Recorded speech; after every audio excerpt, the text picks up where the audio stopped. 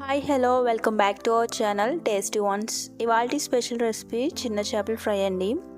ఇవి గోదావరి చేపలు చాలా టేస్టీగా ఉంటాయి. అలానే ఇవి ఓన్లీ గోదావరి జిల్లాలోనే దొరుకుతాయండి. ఈ చేపలను అయితే వంజులు అని పిలుస్తారు. ఈ వంజుల ఫ్రై చాలా టేస్టీగా ఉంటుంది. ఇంక లేట్ చేయకుండా ఈ వంజుల ఫ్రైని ఎలా ప్రిపేర్ చేసుకోవాలో చూసేద్దాం. వీడియోని అయితే ఎక్కడ స్కిప్ చేయకుండా ఎండ్ వరకు చూసేయండి. ముందుగా ఈ చిన్న చేపలను అయితే తలా తోక తీసేసి శుభ్రంగా కడిగి పెట్టుకోండి. ఆ తర్వాత ఈ చేపలకి మసాలాను అయితే ప్రిపేర్ చేసుకోవడం కోసం 1/2 టీ స్పూన్ వరకు పసుపు, 1 టేబుల్ స్పూన్ కారం, 1/2 టేబుల్ స్పూన్ సాల్ట్ లేదంటే రుచికి సరిపడా సాల్ట్ వేసి 1 table spoon garam masala powder, 1/2 table spoon జీలకర్ర ధనియాల పౌడర్, 2 టేబుల్ స్పూన్ అల్లం వెల్లుల్లి పేస్ట్, 1 టేబుల్ స్పూన్ నూనె వేసి మసాలా అంతా బాగా మిక్స్ చేసుకోండి.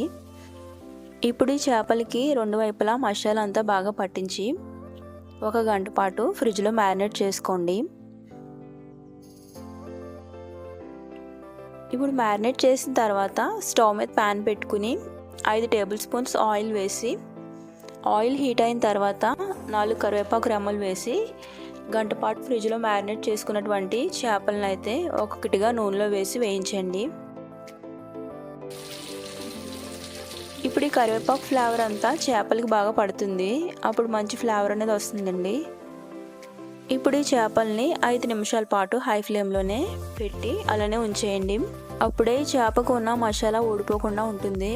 ఆ తర్వాత లో ఫ్లేమ్లో పెట్టి 10 నుండి 15 నిమిషాల పాటు అలానే ఉంచినట్లయితే ఇప్పుడు చేపల్లో ఉన్నటువంటి పచ్చంతా పోయి లోపల వరకు మంచిగా కుక్ అవుతుంది. ఆ తర్వాత ఒక్కొక్క చేపని స్లోగా మరోవైపుకి తిరిగేసి 5 నిమిషాల పాటు హై ఫ్లేమ్లో కుక్ చేసుకుని ఆ తర్వాత లో ఫ్లేమ్లో 15 నిమిషాల పాటు కుక్ చేసుకుంటే మంచి క్రిస్పీగా ఫిష్ ఫ్రై అయితే రెడీ అయిపోతుందండి. ఇప్పుడు అరిటాకులోకి సపరేట్ చేసుకుని కొత్తిమీరతో గార్నిష్ చేసుకుని నిమ్మకాయ పిండి అలా చేప ముక్కని ఉల్లిపాయతో తింటుంటే చాలా టేస్టీగా ఉంటుందండి. మీకు కూడా ఇలాంటి చిన్న చేపలు దొరికితే మాత్రం తప్పకుండా ఈ రెసిపీని అయితే తప్పగా ట్రై చేయండి.